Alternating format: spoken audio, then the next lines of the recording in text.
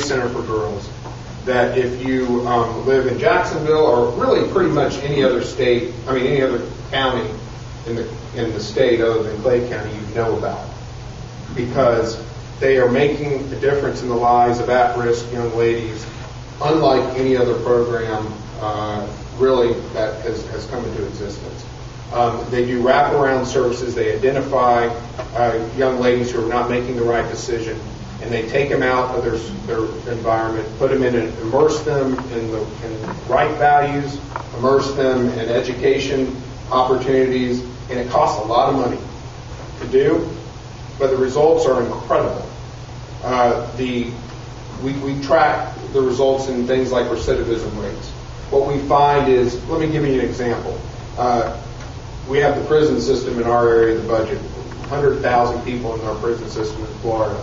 Recidivism is around 30%, which means that within 3 years of someone leaving the Department of Corrections, they're back at the Department of Corrections about 30% of the time, which is pathetic, by the way, but we can get into that. That's a whole other discussion for another day. We're doing some things about that as well. If you get into the PACE Center, and I understand you're not talking about people who are in the Department of Corrections, less than 5% of these girls, after they finish the program, go out and commit misdemeanors, even misdemeanors. Fully over 95% of them go off to live productive, good lives of various degrees. And so the results are astounding. We're talking about people, young ladies who have really not gotten a lot of the advantages that I know I enjoyed growing up with a loving mother and father.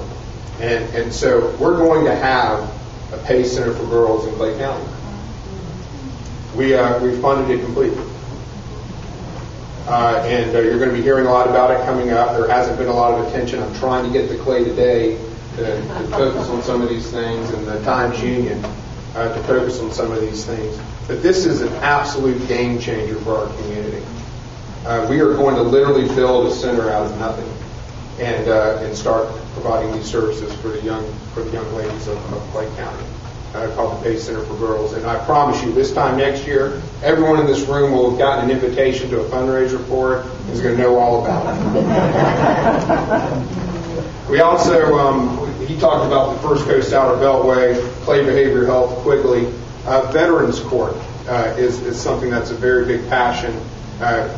We have given more than pretty much any region in this state and perhaps the country. I know I had a brother that went over to Afghanistan. I have another brother who's going through Army Ranger School right now.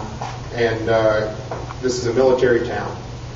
And we passed the Florida GI Bill, providing in-state tuition for all military veterans, providing job training for veterans that are coming out of the service and transitioning to the private sector.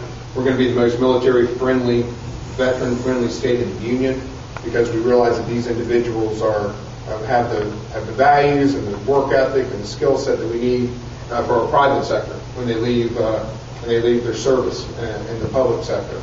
And that's good news for Northeast Florida, good news for Clay County. Because when we put dollars in the Florida GI Bill, the reason we're excited about the Florida GI Bill is we know that Clay County is going to get a bunch of those dollars because we got a bunch of veterans. And that was exciting. But one of the things that I have a real passion for, I'm a former criminal prosecutor, and I saw a little of this when it's been many moons since I was a criminal prosecutor a long time ago, but particularly with people coming back from war, they have been through a lot. Many of them suffer from, I say many, I don't want to get into percentages, but some of them have post-traumatic stress disorder. And they find themselves in the criminal justice system because they're not able to transition appropriately into civilian life. And I think that we have a duty, particularly since we have in this area so many veterans that have served overseas, to give them, if it's possible, and the public safety can be protected, give them another shot. And that means providing them with a mentor who's a veteran, providing them with substance abuse services, providing them with mental health services. And we have set up a veterans court in Clay County, and also I represent Alachua County. We did it in Alachua County as well. And we're going to be a nation leader in Veterans Court services. So if you have a friend who's in the criminal justice system who you know is a veteran, let the prosecutor, let the state attorney, let the judge know. Make sure that they're aware of this situation. Hopefully the family will do that, but that is not always the case, because sometimes the family's not around or they've disengaged from the situation. And this is something I think we can do that's the right thing to do, and I think it reflects our values as a community that values veterans and values the military. And so that's an exciting development that is peculiar here to our area, and peculiar to Clay County. I saw my friends in Green Cove Springs. I got the vessel safety bill done. I know we were going to thank you.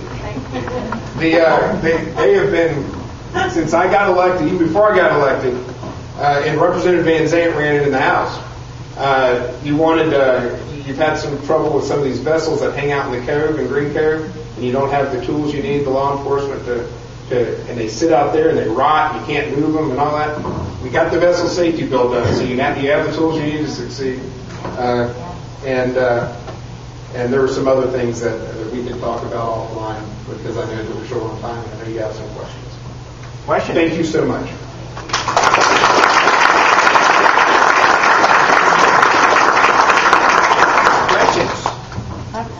Yes. I've heard that there's been some cuts to the dual enrollment funding that's coming up for the schools. Is that true? And if so,